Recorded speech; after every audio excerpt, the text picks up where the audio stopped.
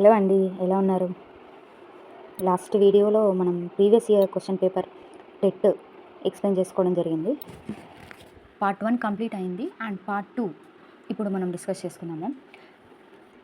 12th December 2025 TET paper maths questions ఎలా ఉన్నాయి అనేది చూద్దాము. విత్ ఆన్సర్స్ మనం ఈ వీడియోలో ఎక్స్ప్లెనేషన్ అనేది విందాము. Let's start.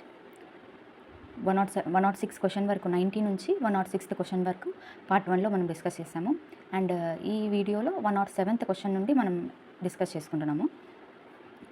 107th question. A worked for 3 hours 45 minutes in the field in the morning and 3 hours 55 minutes in the evening. What is the total time he worked in the field? A వచ్చేసి 3 hours 45 minutes morning work చేశారు and evening 3 hours 55 minutes work చేశారు. Total time he worked in the field. అతను ఫీల్డ్లో మొత్తం ఎంత time work చేశాడు అనేది question అనమాట. రెండింటిని యాడ్ చేయాలి. 3 hours 45 minutes and 3 hours 55 minutes. మనం రెండు యాడ్ చేస్తే ఇప్పుడు ఇక్కడ హవర్స్ దగ్గర మనం కౌంట్ చేసుకుంటే 6 hours వస్తాయి. 45 minutes ప్లస్ 55 minutes వచ్చేసి 55 minutesకి ఇంకొక 5 minutes అంటే ఆ 45 minutesలో ఆ 5 minutes ఈ 55కి యాడ్ చేస్తే 60 అవుతుంది కదా. 1 hour equal to 60 minutes. So ఈ 60 minutes ఏదైతే ఉందో 55 plus 5 minutes equal to 60 minutes, that is equal to 1 hour. ఆ 1 hour అనేది ఈ 6 hours మనం యాడ్ చేసుకుంటాము. టోటల్గా 6 ప్లస్ 1 7 hours అవుతుంది. ఇంకా 100 minutesలో మనము 60 తీసేస్తే ఇంకా 40 minutes మిగులుతుంది. So answer is 7 hours 40 minutes. Option 4 is correct answer. 108th question. A boy divided a circular disc of radius 7 centimeters in 2 equal parts. What is the perimeter of each semicircular shaped disc? Circular disc అన్నారు అంటే for example circle తీసుకుందాము. Circle తీసుకుంటే radius 7 centimeters అన్నారు in 2 equal parts. Disc of radius 7 centimeters in 2 equal parts. What is the perimeter of each semicircular shape disc అంటే semi సర్కిల్కి సర్కిల్లో radius ఇచ్చాడు 7 centimeters and semi సర్క్యులర్లో perimeter అడుగుతున్నాడు. ఇప్పుడు perimeter of semicircle formula వచ్చేసి πr plus 2r ఎప్పుడు radius ఇచ్చినప్పుడు. అదే ఒకవేళ డయామీటర్ ఇస్తే πd/2 ప్లస్ డి కామన్ చేస్తే π/2 ప్లస్ 1. ఇక్కడ మనకు r ఇచ్చాడు, రేడియస్ ఇచ్చాడు, సో 7, r ఈక్వల్ టు 7. మనం ఫార్ములా ఏం వేసుకుంటాము? πr plus 2r. r common తీస్తే 7 ఇంటూ π ప్లస్ 2 వస్తుంది. పై వాల్యూ వచ్చేసి 22/7. ఈ మనం క్యాలిక్యులేషన్ చేస్తే 22 ప్లస్ 14 ఇక్కడ ఎల్సిఎం తీసుకుంటే 7 క్యాన్సిల్ అయిపోతుంది. 22 ప్లస్ 14 36. మెయిన్ ఈ ప్రాబ్లంలో ఫార్ములా అంటే perimeter of a semi circle πr plus 2r.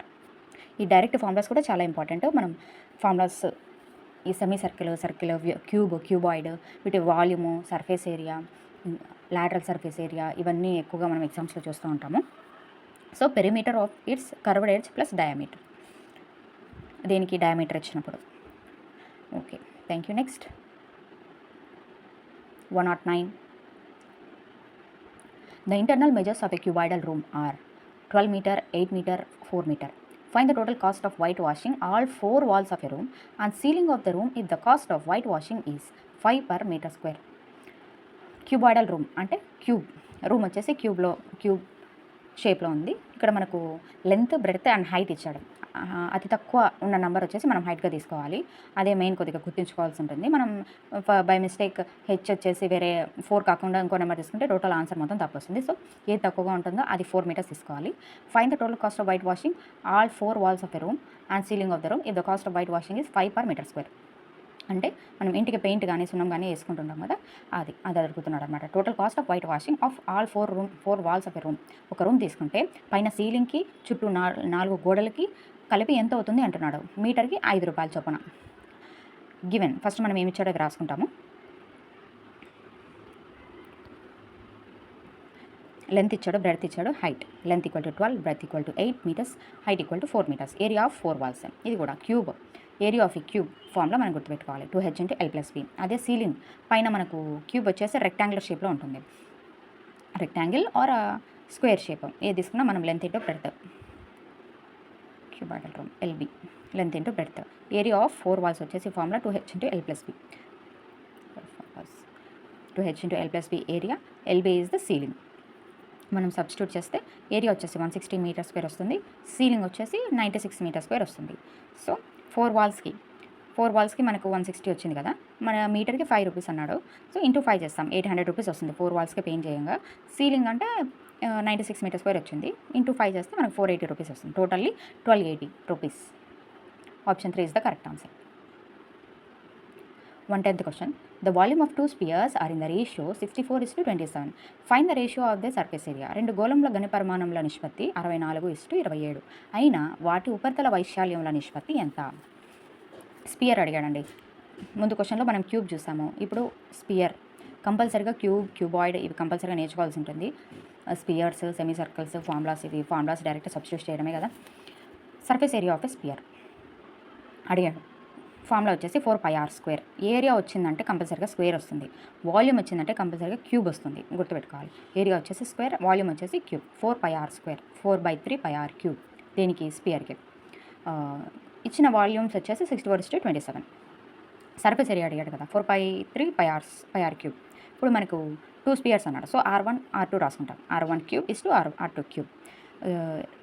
ఆ వాల్యూస్ అనేది ఈ R1³ R2³ ఈక్వల్ చేసుకుంటే ఈ క్యూబ్స్ అనేది అటు పక్కకి వెళ్ళిన తర్వాత, అంటే రైట్ సైడ్ వెళ్ళిన తర్వాత రూట్ అవుతుంది, రూట్³ 3³ అవుతుంది. ఎలాగైతే మనకు స్క్వేర్ ఉంటే అక్కడికి వెళ్తే రైట్ సైడ్కి వెళ్తే స్క్వేర్ రూట్ అవుతుందో, అలానే ఇక్కడ క్యూబ్స్ వచ్చేసి అటు పక్కకి వెళ్తే క్యూబ్ రూట్ అవుతుంది. సో 4³ కదా మనకు 64 అంటే, 27 అంటే 3³. సో ఇక్కడ 4:3 వస్తుంది.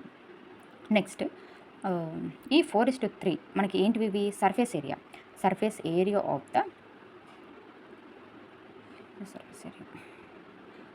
Surface area of the cube. And next R1² = R2². Area ఇది సర్ఫేస్ ఏరియా. మనం ఇక్కడ వచ్చిన వాల్యూమ్ని, వాడు వాల్యూమ్ ఇచ్చాడు కదా, క్వశ్చన్లో మనకు వాల్యూమ్ ఇచ్చారు. సో వాల్యూమ్ని బట్టి మనము R కనుక్కుంటున్నాం. ఆ R తీసుకెళ్ళి ఏరియా ఫార్ములాలో సబ్స్టిట్యూట్ చేయాలి అంతే. ఈ R వచ్చేసి R1² R2². ఎంత వచ్చింది మనకు? 4:3. సో ఈ స్క్వేర్స్ ఉన్నాయి కాబట్టి సబ్స్టిట్యూషన్ అనమాట సర్ఫేస్ ఏరియా. R1² R2². 4² చేస్తే 16 వస్తుంది, 3² చేస్తే 9 వస్తుంది. So 16:9. And next question 111 question. If every midpoint of each side of a quadrilateral is joined to every other midpoint, then the number triangle formed by this construction is.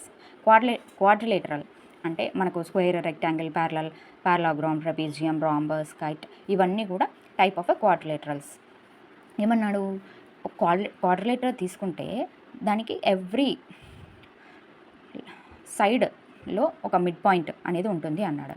ఆ mid point అనేది మిగతా 3 సైడ్స్కి connect అయి ఉంటుంది అన్నాడు. అక్కడ చూడండి, ఒక చతుర్భుజం యొక్క భుజాల మధ్య బిందువులలో, అంటే భుజాల మధ్య బిందువులు ఎన్ని ఉంటాయి మొత్తం? 1 2 3 4. ఎన్ని భుజాలు ఉంటే అన్ని మధ్య బిందువులు ఉంటాయి. ప్రతి బిందువును మిగిలిన మధ్య బిందువులకు, అంటే ఇప్పుడు సపోజ్ ఫర్ ఎగ్జాంపుల్ ఎం దగ్గర ఉన్న పాయింట్ తీసుకుంటే అది ఎన్ని పాయింట్స్కి కనెక్ట్ అవుతుంది? మిగిలిన అంటే ఎం కాకుండా మిగతావి ఎన్ని సైడ్స్ ఉన్నాయి, ఎన్ని మిడ్ పాయింట్స్ ఉన్నాయి? 3 ఉన్నాయి.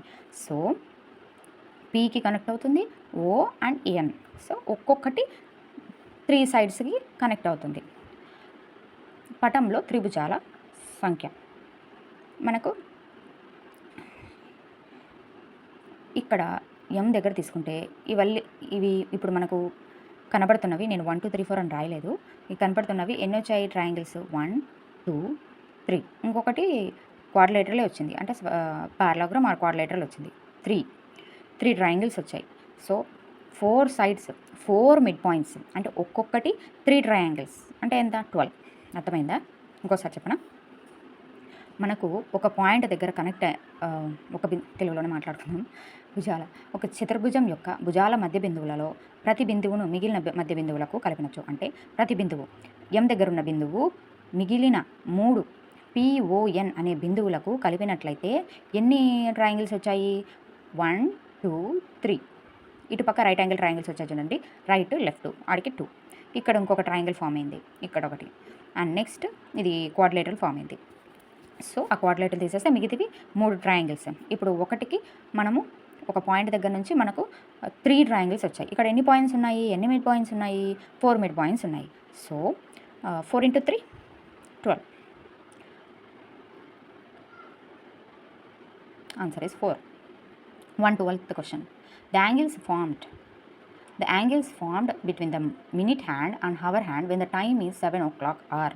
మనం ముందు క్లాక్ వచ్చిందంటే ఫస్ట్ మనం డయాగ్రామ్ వేసుకుంటాం కదా, సో అలానే నేను కూడా డయాగ్రామ్ వేస్తాను. డయాగ్రామ్లో మనం 7 o'clock తీసుకుంటే ఆ యాంగిల్స్ ఎట్లా ఫామ్ అవుతుంది అన్నాడు. క్వశ్చన్ సింపుల్గానే ఉంది, మనం చేసేసరికి కొద్దిగా టైం పడుతుంది. మినిట్ హ్యాండ్, మనం డయాగ్రామ్లో మినిట్ హ్యాండ్ అంటే కొద్దిగా పొడవుగా ఉన్నది, హవర్ హ్యాండ్ అంటే చిన్నగా ఉంటుంది 7 దగ్గర, మినిట్ హ్యాండ్ వచ్చేసి 12 దగ్గర ఉంటుంది. నేను ఇక్కడ రైట్ సైడ్ ఎక్స్ప్లెయిన్ చేస్తున్నాను. హవర్ హ్యాండ్ వచ్చేసి 7 దగ్గర ఉంటుంది. ఈచ్ హవర్ హ్యాండ్ మార్క్, ఇప్పుడు ఈచ్ హవర్ అంటే ఇప్పుడు 7 దగ్గర నుంచి 8 దగ్గరికి వెళ్ళిందండి, అక్కడ యాంగిల్ వచ్చేసి 30 degrees ఉంటుంది. మళ్ళీ 8 నుంచి 90 వెళ్ళింది అనుకోండి, ఫ్రమ్ 8 to 9 30 degrees ఉంటుంది అనమాట. ఇప్పుడు ఎక్కడుంది? 7 దగ్గర ఉంది. సో 7 × 30 210. రిఫ్లెక్స్ యాంగిల్ అంటే ఇక్కడ రాసాను చూడండి, 180 నుంచి 360 degrees వరకు యాంగిల్ ఉంటే దాన్ని రిఫ్లెక్స్ యాంగిల్ అంటారు. ఆ మధ్యలోనే ఉంది కదా 210 అనేది, సో రిఫ్లెక్స్ యాంగిల్. ఇప్పుడు మనకు టోటల్ సర్కిల్ యొక్క యాంగిల్ ఎంత? 360. 360లో నుంచి ఈ రిఫ్లెక్స్ యాంగిల్ 210 తీసేస్తే మనకు 150 వస్తుంది.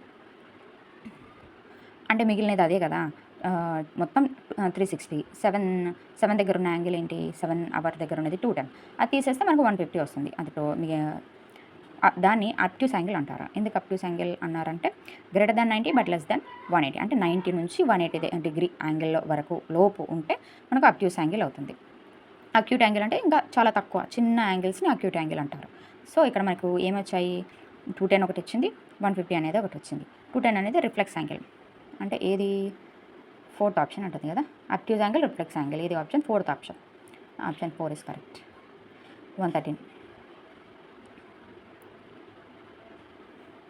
ఇది చూడడానికి మనకు స్ట్రైట్ లైన్ వచ్చేసి 180 degrees అని అందరికీ తెలిసిందే, కానీ దీన్ని మనం కొద్దిగా ఎక్స్ప్లెనేషన్తో మనం కొద్దిగా తీరం గుర్తుపెట్టుకోవాలి అనేసరికి కొద్దిగా టైం తీసుకున్నాను నేను కూడా, ఏంటి ఎట్లా ఇది అనేది మొత్తానికి సాధించేసా. చూడండి మీరు కూడా తెలుసుకుందాం, let's learn together.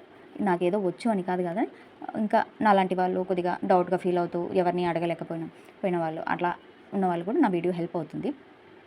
Mainly maths మనం అంత సిలబస్ అసలు కవర్ చేయడానికి నాకైతే కుదరలేదు లాస్ట్ టైం ప్రిపరేషన్లో, డిఎస్సి ప్రిపరేషన్లో కానీ టెట్ ప్రిపరేషన్లో కానీ.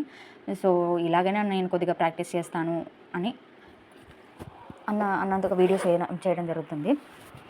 సో ఇలాగైనా మనకు ప్రాక్టీస్ చేసినట్లు ఉంటుంది కదా. కంపల్సరీగా కనీసం అలాంటి మోడల్ క్వశ్చన్స్ అయితే డెఫినెట్గా మనకు కనీసం అంటే 4-5 క్వశ్చన్స్ వచ్చినా మనకు టైం సేవ్ అవుతుంది.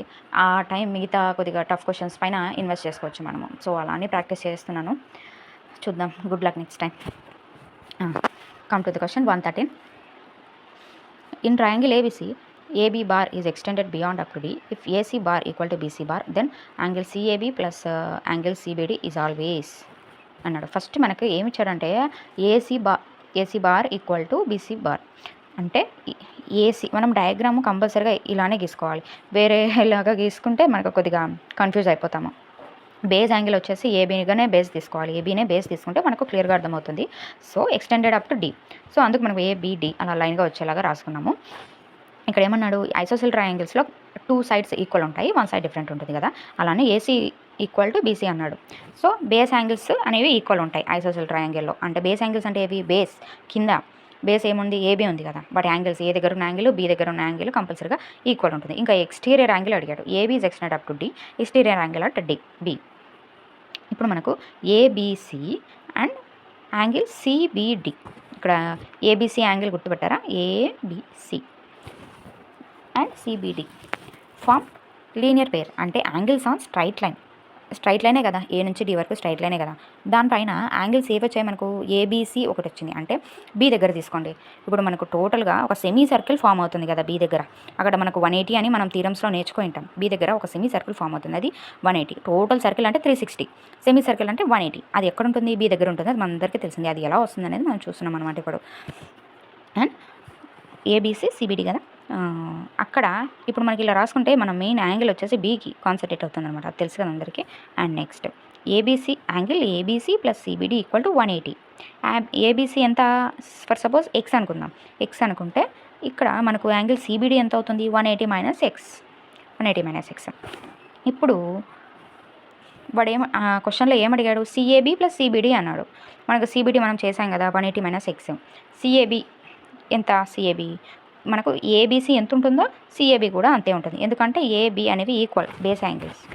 సో మనకు సిఏబి వచ్చేసి కూడా ఎక్స్ ఉంటుంది, X plus 180 minus X equal to 180 degrees. మనకి ఎక్స్టీరియర్ యాంగిల్ 180 అని తెలుసు కదా, స్ట్రైట్ లైన్. సో ఇది X plus 180 degree minus X equal to 180 degrees.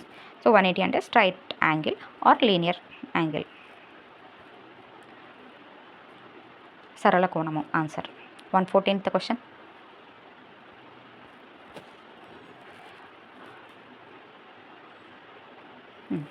ఈ క్వశ్చన్ చూడండి, కొద్దిగా నాలాంటి వాళ్ళైతే లేని వాళ్ళైతే అయ్యో ఏందమ్మా ఏంది ఇది అనుకుంటారు, కానీ అక్కడ ఏం లేదు, పైథాగరస్ థియరమే అప్లై చేశారు. చూడండి, an aeroplane leaves the airport and flies due north at a speed of 1600 km/h. At the same time, another aeroplane leaves the same airport and flies due west at a speed of 1200 km/h. How far apart will the two planes after 1.5 hours? విమానాశ్రయం నుండి పడమర వైపు ప్రయాణించుచున్నది. 1.5 గంటల తర్వాత ఆ రెండు విమానముల మధ్య దూరం ఎంత? దూరం మనకి ఇక్కడ ఏమి ఇచ్చాడు, km/h అంటే స్పీడ్, దూరం అడిగాడు. సో ఇక్కడ మనకు దూరం అంటే డిస్టెన్స్ ఫార్ములా ఏంటి, స్పీడ్ ఫార్ములా నుంచి తీసుకుంటే speed into time. So first మనము ఏ ఏరోప్లేన్ ఎంత డిస్టెన్స్ ప్రయాణించింది అనేది మనం క్యాలిక్యులేట్ చేసుకోవాలి. నార్త్ అండ్ వెస్ట్ అన్నాడు, నార్త్ వెస్ట్ రెండు పర్పెండిక్యులర్గా ఉన్నాయి, ఇది ఈ లైన్ పట్టుకోవాలి మనం. అక్కడ వస్తే అది మనకు ఏంటి గుర్తు, పైథాగరస్ థియరం అప్లై చేయాలని గుర్తు. ఎందుకు, AC square equal to AB square plus BC square, perpendicular యాంగిల్సే కదా మనకి సైడ్స్. అండ్ సో ఈ మనకు నార్త్ సైడ్ వెళ్ళిన ఏరోప్లేన్ 2400 కిలోమీటర్స్, వెస్ట్ సైడ్ వెళ్ళిన ఏరోప్లేన్ 1800 కిలోమీటర్ వచ్చింది. సో డిస్టెన్స్, టోటల్ డిస్టెన్స్ ఈ ఫార్ములాని చూసుకొని మనం distance equal to root of అంటే AC స్క్వేర్ అక్కడికి వెళ్తే రూట్, AB వచ్చేసి 2400 స్క్వేర్ ప్లస్ 1800 స్క్వేర్. ఇప్పుడు మనకు 2400 స్క్వేర్ చేస్తే ఎంత వస్తుంది, 57,60,000 ప్లస్ 32,40,000 వస్తుంది, టోటల్లీ 90 lakh వస్తుంది. సో దీని రూట్ వచ్చేసి 3000 kilometres. Option 4 is the correct answer. ఇక్కడ క్యాలిక్యులేషన్ పార్ట్ అయిపోయిందండి. మనకు మెథడాలజీ క్వశ్చన్ స్టార్ట్ అవుతున్నాయి ఫ్రమ్ 115th క్వశ్చన్. చూద్దాం, ఇది కూడా మెథడాలజీ క్వశ్చన్.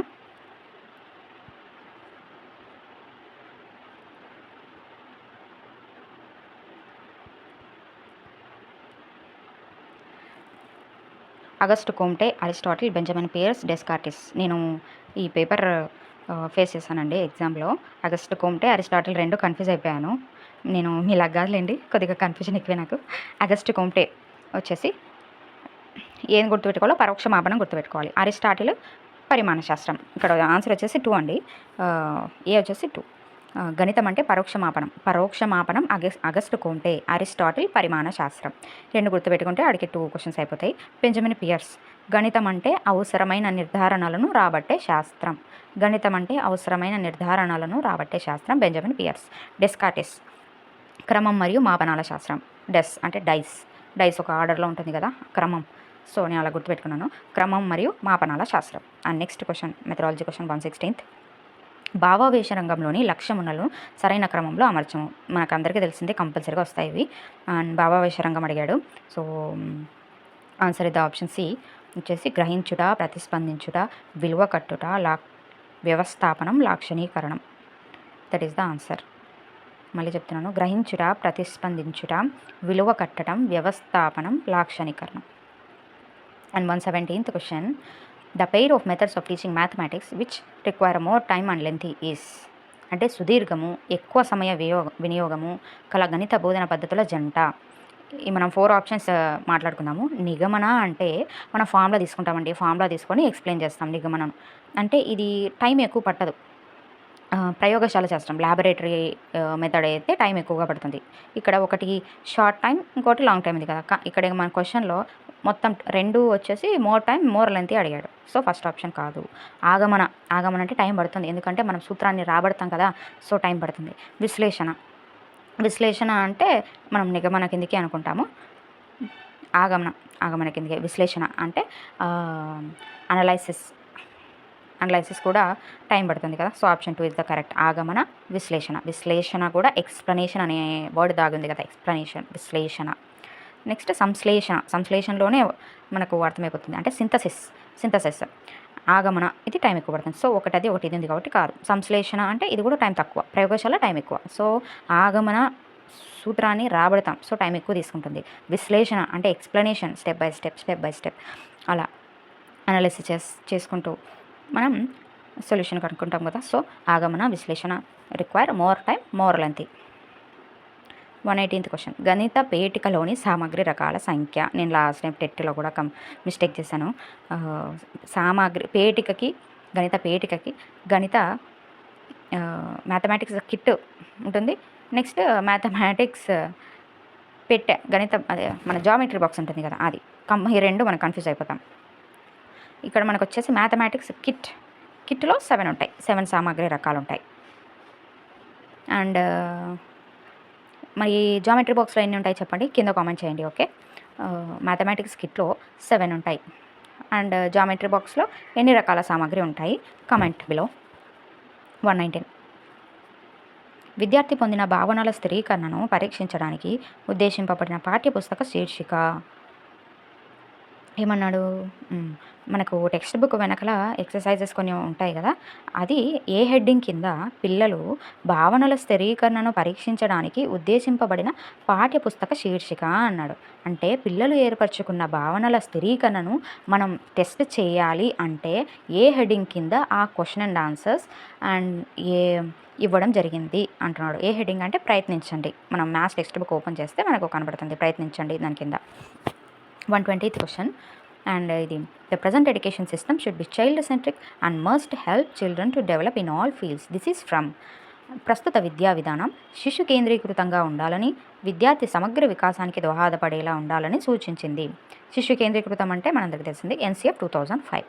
అండ్ సమగ్ర వికాసానికి దోహదపడేలా ఉండాలి అంటే RTE 2009. అండ్ కంప్లీట్ అయిపోయిందండి.